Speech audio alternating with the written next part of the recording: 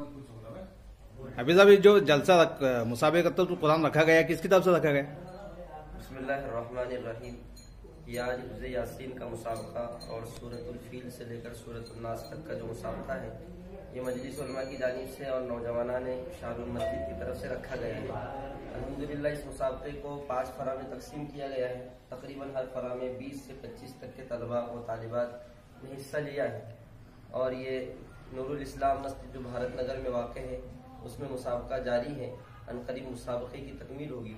हम अल्लाह ताला से दुआ करते हैं कि अल्लाह ताला मजलिस उलमा के ज़िम्मेदारान वो नौजवानान शानुल मस्जिद को जज़ाए खैर अता फरमाए कि आपने इस तहरीक के ज़रिए से तकरीबन 150 के करीब या 125 के करीब तलबा व तालिबात को हिफ्ज़ यासीन याद कराने का एक बड़ा कारनामा अंजाम दिया। अल्लाह ताला तमाम की मेहनतों को कबूल फरमाए।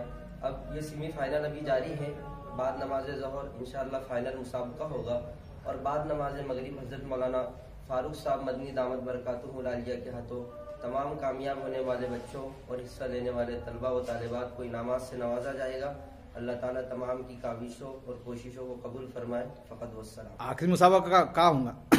आखिरी मुसाबका फाइनल इंशाअल्लाह शहर की जामे मस्जिद में होगा बाद नमाज ज़ोहर। जहाँ का मसला है पहचान का मसला है खत्म नबूवत